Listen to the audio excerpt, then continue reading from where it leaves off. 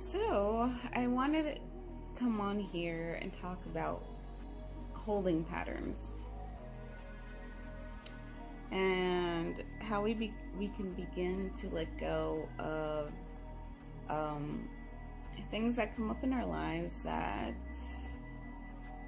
keep producing results, things that we do not want in our life, because they keep holding us back, or they cause pain and suffering, or they make us unhappy. We can fill in the blank. And so this reflection began when fear becomes unmanageable, unrealistic, unsustainable. Why not do something about it? And a lot of times we're afraid to go into that space and evaluate, how do we even handle this situation or this thing or issue that we can't get past on our own. The thing is, in order to heal the disruption of trauma, it doesn't mean we're always like humans. We want to know why this happened, or we want to identify the source of the discomfort and know every single detail. But honestly, that's not really the most important thing. The most important thing is actually helping the body to let go, shifting the body, helping it to let go of unfelt emotions, repressed memories, physical injuries, resentments, traumas that become actually stuck inside our body. Imbalance in your chakra, if it's blocked, if life and energy is not moving,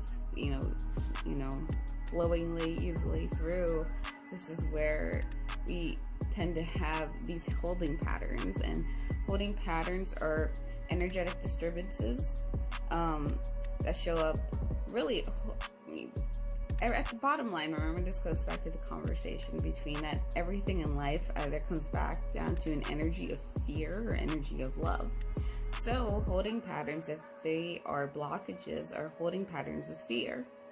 And so they can show up as reactive patterns, anger, anxiety, addictions, chronic health imbalances, disturbances, symptoms, and manifest that many of us deal with, and that we just haven't been able to overcome and find healing with or peace with.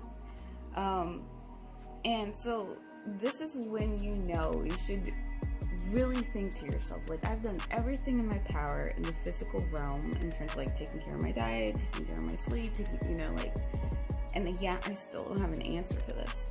And this is where I want us to bring our focus over to the energetic body. Because at the end of the day, we're not physical bodies and that's it. When we die, life is done. No, if you really open to the idea that you are actually a spiritual body, an energetic body, you're connected to the universe, life force that's created all life. And so these holding patterns come from past experiences in which we contracted, rebraced, or shut down from. They become stuck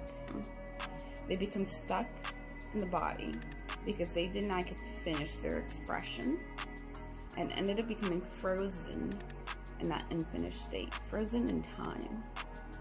Your body didn't know how to process the situation, didn't know how to process the emotions, so it just held on to it, didn't know how to let it go.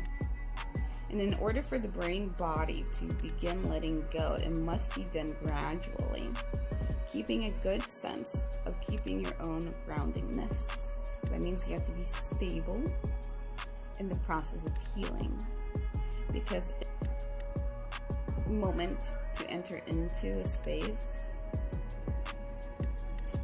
but you have to be strong in the foundation of light, knowing that you are guaranteed healing if you go through these steps. And that is to say, where you are, where your consciousness is paying close attention to what you are doing. That means that when you finally begin to walk the journey of healing, that you take ownership that this is what you want for your life and you want to move forward and beyond what's been holding you back,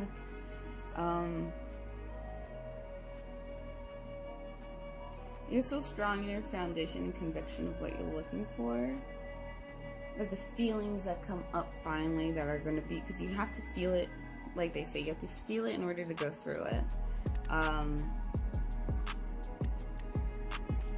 Things will come up and it'll be uncomfortable, but you have to know that you can get past it, because you're no longer in that space of the past. People are scared because they think they're reliving that same experience, but no, what you really will be going through is just, you're going to be taking the perspective of like a second or third person, of an observer. Vedanta teaches that we are observers of this life. We shouldn't form attachment. So true healing comes when you bring a more conscious awareness, paying more closer attention to what you notice, where you notice a deliberate conscious, filling the body with breath. And that is when true healing will come and arise.